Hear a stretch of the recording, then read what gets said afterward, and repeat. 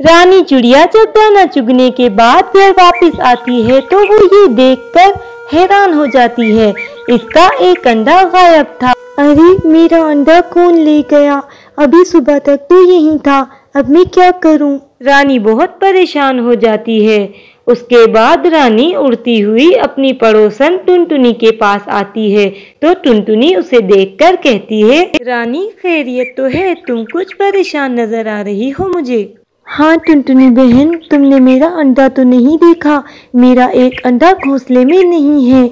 नहीं नहीं रानी, मैं तो घर से बाहर ही नहीं गई, मैंने तुम्हारा अंडा नहीं देखा। तुम घर पर ही ढूंढो उसे, वो वहीं कहीं होगा। दरअसल रानी को पता नहीं था कि इसका अंडा कल्लो ने चुराया है।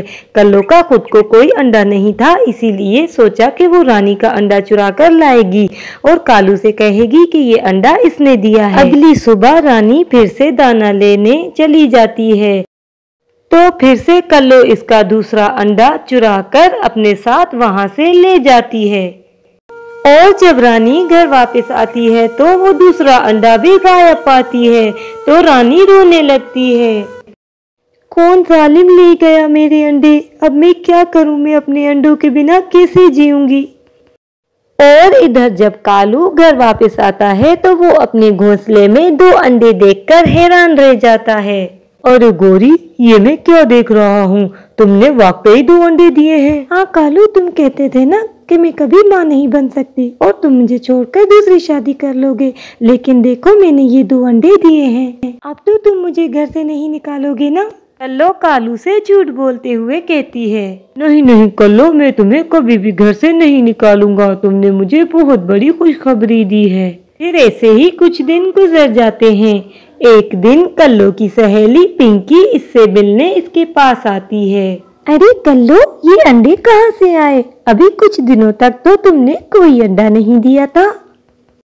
आहिस्ता बोलो पिंकी, कहीं कालू जी सुन न लें। ये अंडे मैंने नहीं दिए हैं, बल्कि मैं रानी के अंडे चुरा कर लाई हूँ। अभी कल्लो इतना कह ही रही थी कि अचानक से वहाँ पर कालू आ जाता है। अच्छा, तो तुमने मुझे धोखा दिया है, ये अंडे तुमने नहीं दिए हैं।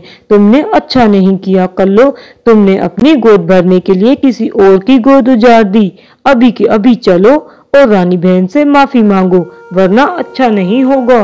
और फिर इसके बाद वो दोनों रानी के घर आ जाते हैं। रानी अपने अंडे देखकर बहुत खुश होती है।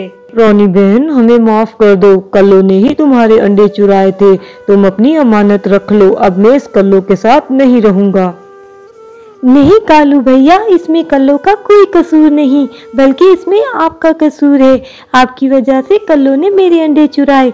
अगर आप कल्लो को बांझ होने का ताना नहीं देते तो कल्लो कभी भी ऐसा नहीं करती। औलाद तो ऊपर वाले के हाथ में होती है, इसमें हमारा क्या कसूर है? वादा करें आज के बाद कल्लो से कुछ नहीं कहेंगे। तुम ठीक कह रही हो रानी बहन, मैंने कल्लो के साथ बिल्कुल सही नहीं किया। मैं आपसे वादा करता हूँ कि हम जिस हाल में भी हैं इसी हाल में खुश रहेंगे और ऊपर वाले का शुक्र अदा करेंगे।